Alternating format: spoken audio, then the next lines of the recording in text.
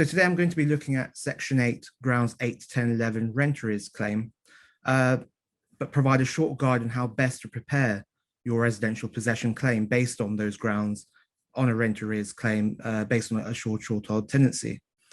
I'll be incorporating some updates as well as highlighting some common pitfalls that I've seen when I'm in court and how to avoid them going towards that first possession hearing. Of course, we're still sat here amidst the pandemic, which will soon turn into an endemic, according to the government. So the question really is what one must really look out for when preparing such a case during these turbulent times.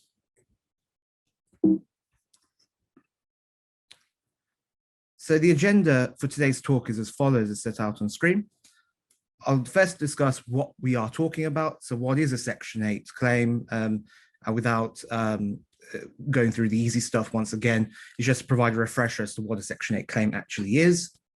Then go on to considering how one would draft a notice seeking possession and the issues that can arise at that point in time.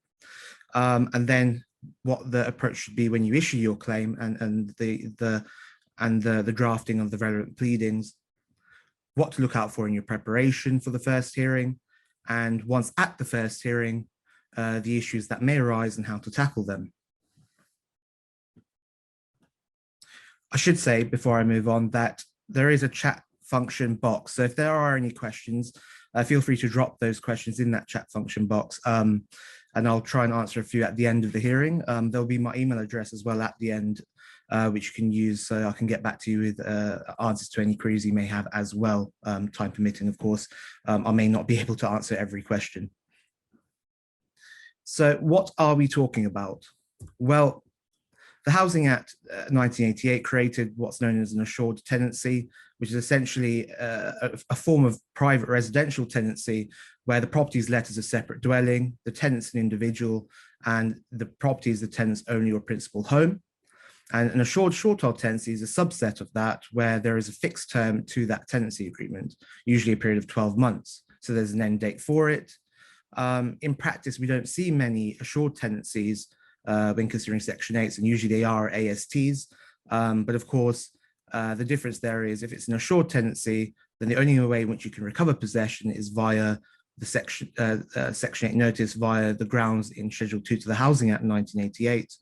And with an AST, you can bring a Section 8 claim or alternatively a Section 21 claim as well. But of course, we're not considering that today.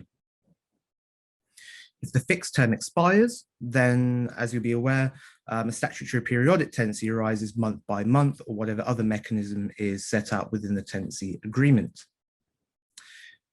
So here, as I put out on the slide, the landlord-tenant relationship operates under an AST. Rent arrears accrue and the landlord essentially wants the property back once the rent arrears is paid.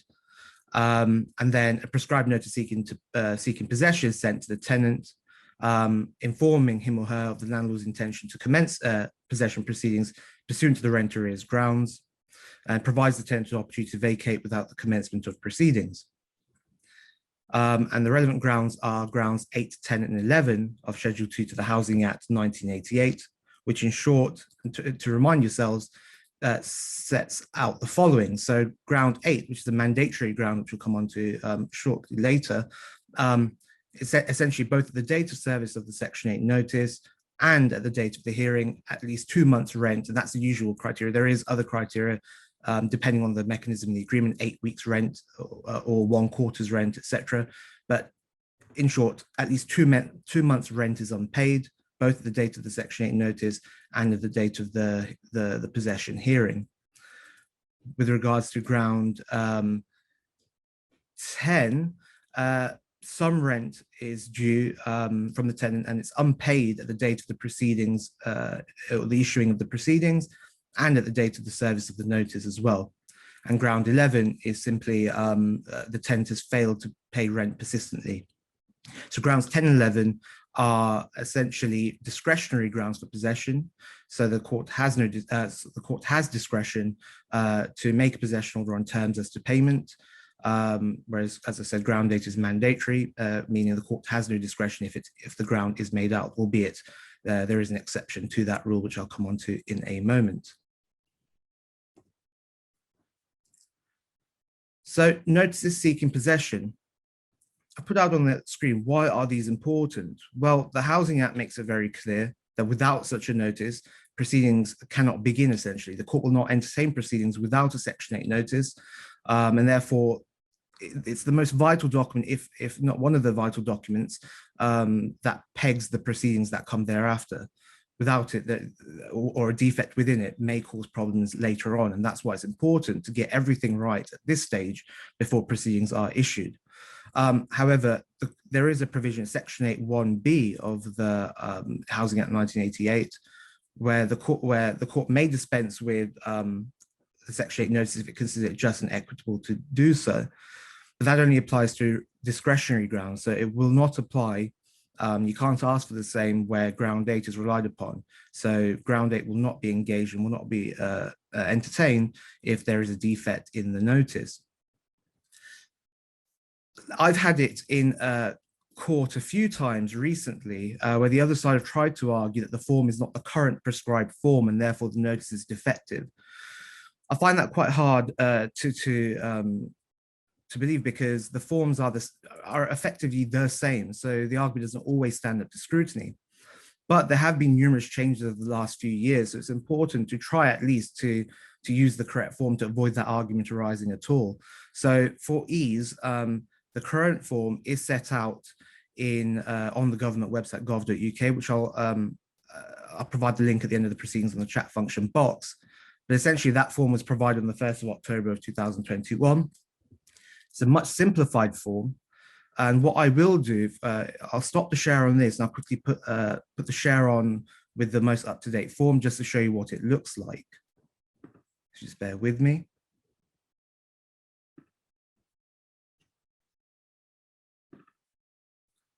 There we go. So hopefully you see in front of you, there's a notice of intention to begin proceedings here. So this is the Section 8 notice, the most recent up-to-date one. And what you will see, and the difference here is that in actual fact, most of the information that was once prevalent on the notice, such as the grounds themselves or the notice periods, have been removed. And it's the tenant is directed straight to the government website. One would wonder whether this may affect proceedings, because tenants may argue, well, we don't have access to the internet, that sort of thing, as one would expect in county court cases at that level. But at the moment, this is the current form, the one that ought to be used.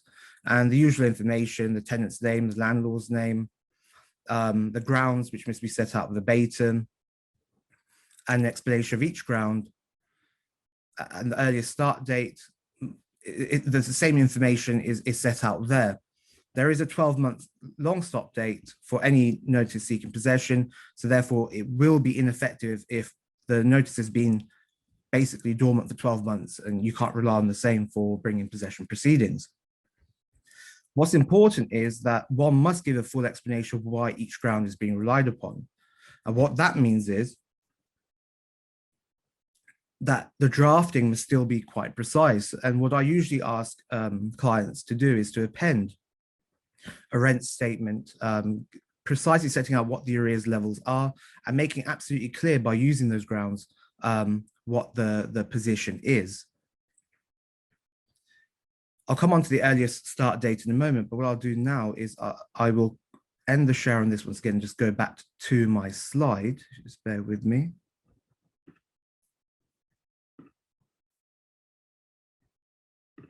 Here we are. So as I said on the screen, draft with precision and append a clear and concise rent arrears statement of account. It's simple because that needs to be done. And of course, I'm sure you all are aware that it needs to be done, but I've had situations arise where a rent statement does not appear, it's not clear or accurate, and it doesn't match what the notice says. And that appears to present difficulties when making arguments at court to say that the notice is an effective one. So it's best to get those things right so the reminder is there on screen. Importantly, the notice periods have now returned to the pre-pandemic levels for grounds 8, 10, and 11. Again, it's on the gov.uk website. I'll provide the link at the end of the webinar. And essentially, the notice periods are now 2 weeks for all three grounds, 8, 10, and 11. However, it's still important to maintain knowledge of the previous grounds if you've been instructed after the notice has been served to make sure that the relevant notice period is correct. And there is, I believe, the guide, as I'll provide the link, but the title to the guide is set out on screen, Understanding the Possession Action Process, a guide for private landlords in England and Wales. And as I said, the earliest start date. So this is quite important. So this will be based on the notice period, but I've had it where it doesn't match the service of the notice itself. So what I would ask is for clients to essentially leave a gap of 2 or however many days that you know that the tenant will receive that notice, and therefore that period can be triggered from there on. It avoids any arguments when going to court that proceedings were issued within time. I've had it before, and a common pitfall is that proceedings have been issued earlier than what the notice set out, which can lead to the strikeout of proceedings. Remember that the Section 8 notice is the underpinning document for the proceedings. So if there is a defect, the courts can strike the proceedings out, unless you're going to dispense with the notice, in which case you will only be able to rely on grounds 10 and 11.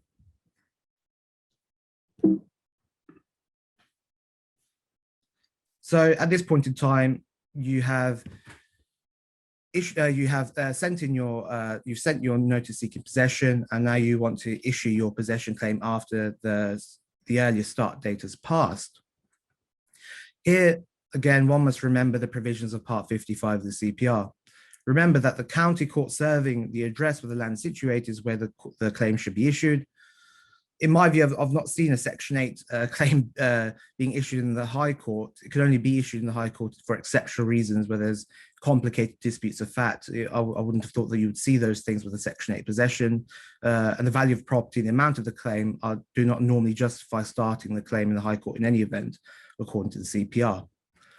A reminder that the form to utilize is Form N5 for the claim form, and usually just tick the box setting out the rent arrears as the basis for the claim, and the particulars of claim must be filed and served with the claim form, and that's Form N119.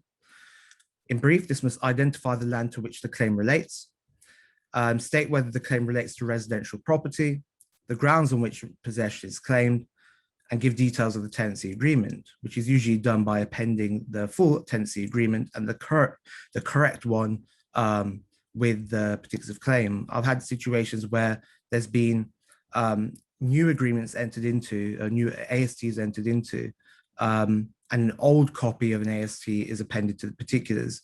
The most up-to-date copy would suffice for the particulars, but if the arrears go back a long way and new agreements have been entered into and it's not a statutory periodic tenancy, I would suggest that full copies of each tenancy agreement that the period relates to is appended. Again, the rent arrears statement must also be appended to the particulars as well. The particulars must also give details of every person who, to the claimant's knowledge, is in possession of the property.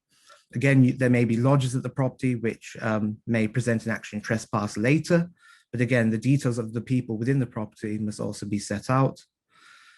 And going back to the rent statement, there's a particular format that's required, which is essentially a schedule of rent arrears over the last 2 years, or if default occurred less than 2 years ago, then from the date of default.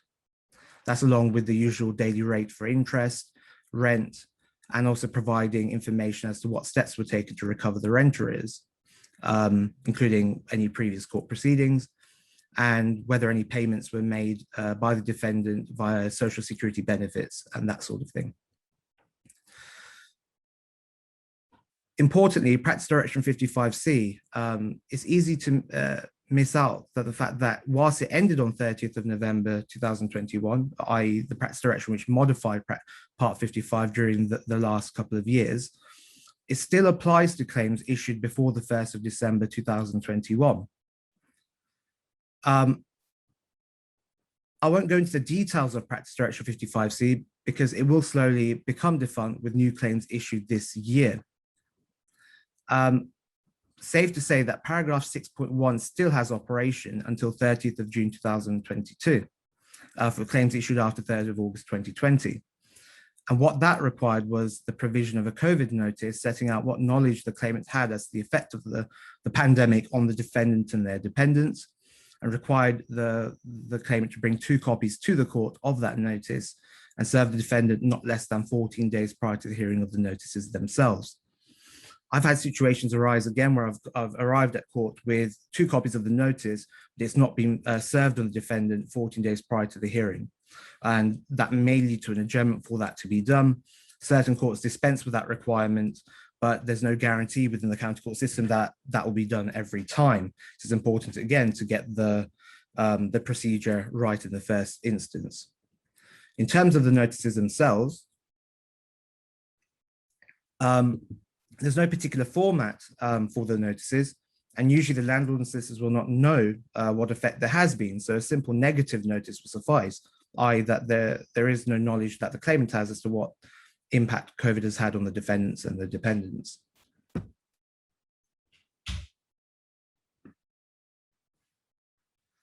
So now the claim has been issued, and we now have a date in the diary for the hearing, potentially, and we now want to prepare for that hearing. Practice Direction 55, Part 55 of the CPR requires all witness statements to be filed and served 2 days before the hearing, or at least 2 days before the hearing. And that can be from the landlord or their managing agent. And what you are required to do in that witness statement is prove your grounds. So you want to make out ground 8, so that's 2 months level of arrears on the date of the notice and at the date of the hearing, pending a rent statement, an official copy entry showing the landlord's title, which, although, and there's been arguments I've had with colleagues in the past about this, does not appear to be an absolute necessity. I have had district judges ask for the landlord's title. However, the argument to raise where one hasn't been provided is that where there is an AST in place, then the tenant is essentially stopped from denying his landlord's title anyway. That's the legal position. So if one is missing, then that's the argument to raise. But again, as a best case preparation guide, I would suggest an OC is provided setting out the landlord's title. There's no harm in appending that copy. The witness statement, again, ought to be kept quite simple and straightforward, to the point, setting out the history of the proceedings, and again, how the grounds are made out. There may be that a defense has been lodged, which again, the defendant is not required to do. It doesn't stop them from taking part in the proceedings, although it may cause an issue in terms of costs down the line. But if a defense has been lodged, the witness statement may, of course, expand upon what the defense says, although you want to try and stray away from making submissions within the witness statement. I will come on to 3 potential defenses on the next slide when I consider the first possession hearing itself. But as I say, the witness statement must cover the defense. Of course, that's quite an obvious point there.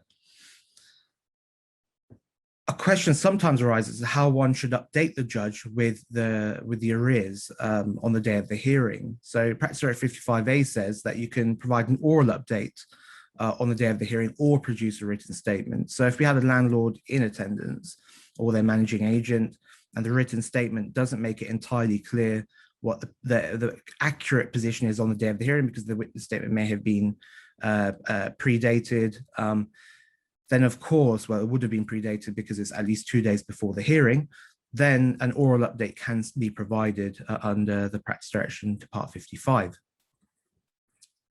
Now, it would not be a best practice guide if I did not mention a technicality that is worth bearing in mind. So where the term of a tenancy has not ended for an AST, so it's still within its fixed term period, the Housing Act provides that the court cannot make an order for possession let on the AST unless the landlord proves the ground and the terms of the tenancy make provision for it to be brought to an end on that ground. So that provision can take the form of a provision for re-entry, forfeiture, for determination by notice, or otherwise.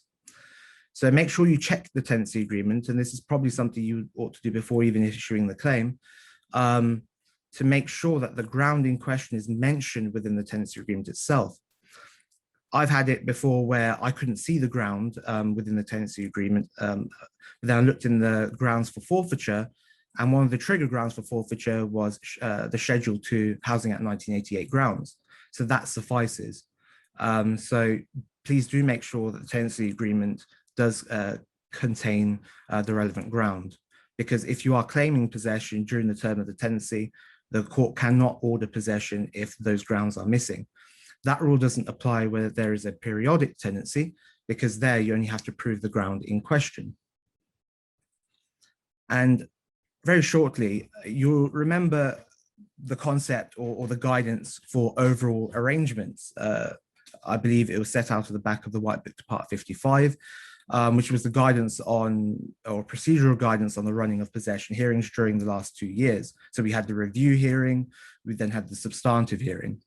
Well, those overall arrangements were removed on the 1st of November last year. From memory, I believe we are still seeing substantive hearings because of review hearings that took place last year. But now, essentially, what we're going to see is, unless there is any further changes, is simply your first possession hearing in the normal course of events. And in fact, certain courts have started opening up their rent arrears claims in block lists again in person. So we are returning again to the pre-pandemic approach.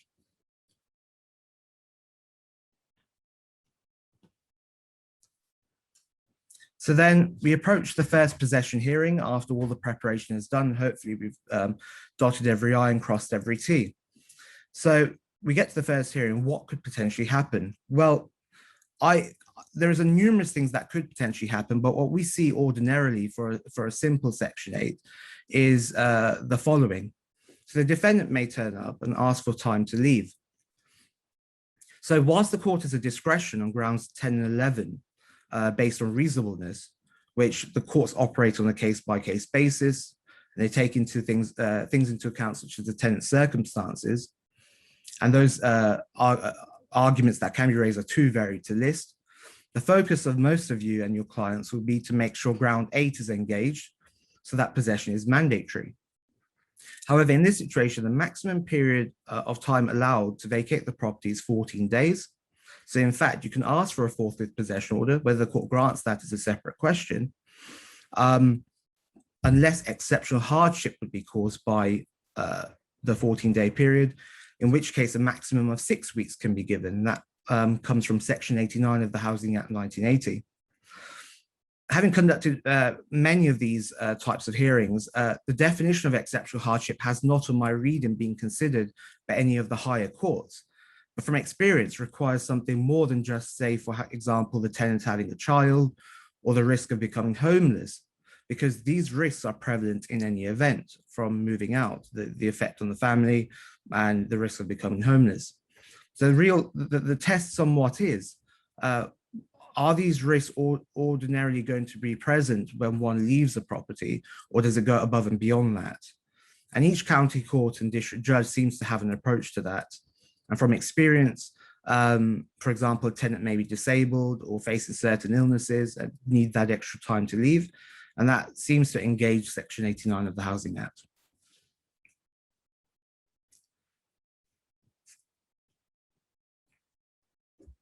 Further to that, sometimes defendants turn up on the day with cash to pay the rent arrears to reduce below the ground 8 threshold. Some judges believe that to mean that ground 8 is not made out. And therefore you would have to rely on grounds 10 and 11. However, there is an argument to be made, which has found some persuasion when I've made the argument, that actually ground 8 is made out irrespective of an offer to pay on the day, because that judge's hands are still tied. There has been 2 months rent arrears on the date of the Section 8 notice, and still 2 months rent arrears on the date of the hearing. So therefore, the ground 8 is crystallized, and therefore, even if a defendant turns up to court and says, well, look, I can now pay this, that ought not to stand up to scrutiny. However, again, certain judges have found favor with that argument and certain judges have not. But it is nonetheless an argument to be made, and in my view, quite a strong argument. The landlords want their property back at that stage, at that very last moment at the possession hearing, and they're clearly prejudiced by a very last minute offer to pay, which will be particularly difficult because if you're simply relying on grounds 10 and 11, there's a risk that the proceedings may be adjourned or possession order made on terms, which would not have been the case if ground date was engaged.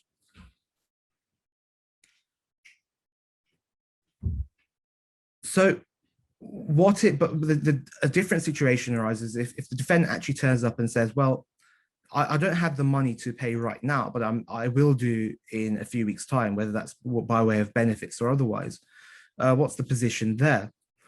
Well, an authority to utilize, albeit the copy I have is simply the case summary. I have not been able to locate the full copy of it as of yet, is the case of Razak and Osman. And essentially, the court found in that case that the right to adjourn, or the court's power to adjourn, is limited, usually for procedural reasons. And in actual fact, if the substantive rights of the parties are made out on the day, and in this case, ground date is made out, then the court doesn't have the power to adjourn the hearing because ground date is made out. So whether or not the defendant can pay at a later time is irrelevant. Again, that argument appears to find some merit in the county courts, and clearly it's a stronger argument to make where there's an application to adjourn rather than simply having money and on the actual day to pay.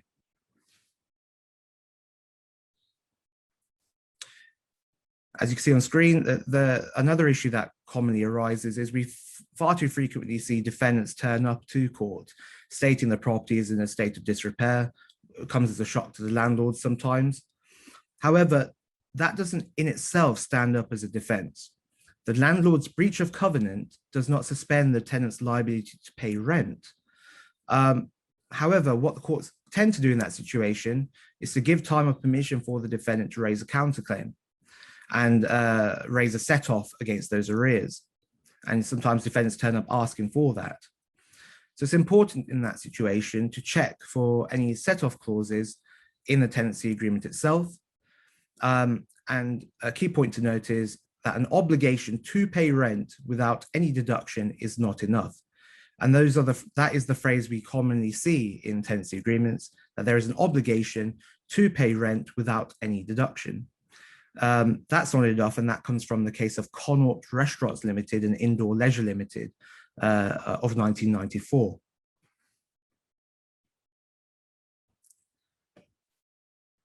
Further, and I've mentioned this at the bottom of the slide, section 48 of the LTA 1987.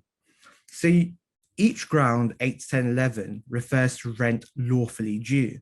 And I've had this issue arise more than any other issue actually, that in actual fact, there is no, that the rent is not lawfully due. And what I mean by that is the following. So section 48 of the LTA 1987 says that notice must be given to the tenant, providing him with an address at which notices may be served on the landlord in England and Wales, and that rent is not due until that notice has been provided. So therefore, if a section 48 notice has not been provided, then rent has never been lawfully due.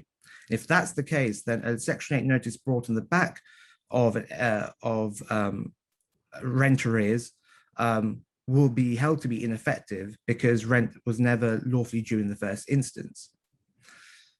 So the landlord's address may be stated within the tenancy agreement itself. That will suffice so long as that address is stated without qualification. It may be that the managing agent's address stands in the section 48 notice. Again, that will suffice. And the authority for that is Rogan and Woodfield Building Services from 1995.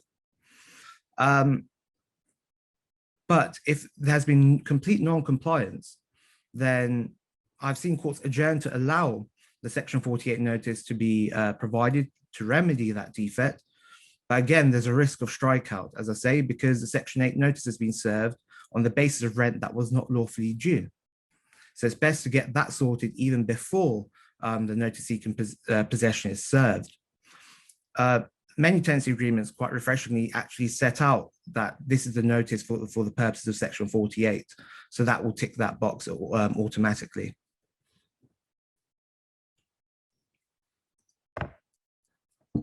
And finally, and I haven't set this out on screen, but it's just to sweep up other things to bear in mind, is to make sure that your interest calculation is spot on where that has been pleaded. So interest goes from the date that each payment is due to the date of the hearing. I've had many calculations where it's from the date of issue or it's one lump sum and interest is calculated on that one lump sum. But the clear technical approach is that interest goes from the date that each payment is due until the date of the hearing, which can go to the date of issue. So each payment, there might be 5 different payments that go towards the date of issue. Then you can have a daily rate that goes to the date of the hearing. That's the approach that you should take. In terms of costs, please make sure to check that the tenancy agreement, whether or not it has a contractual provision providing for a right to costs to be recouped, because that will allow you to seek costs over and above the fixed cost regime in Part 45 of the CPR. There is a particular authority which confirms the recovery of costs pursuant to the terms of the lease. It's Chapler and Kumari, Court of Appeal decision from 2015. Although that applied as an exception to the small claims tract limitations, but I don't see how that could not apply here either.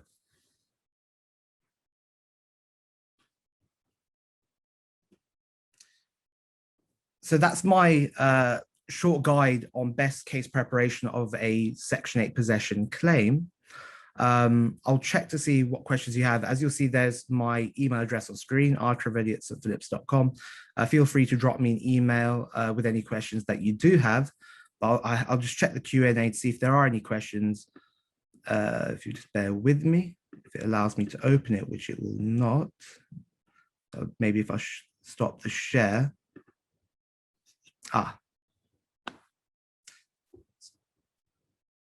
Right, so I have 3 questions. I'll just have a quick read of them, if you bear with me.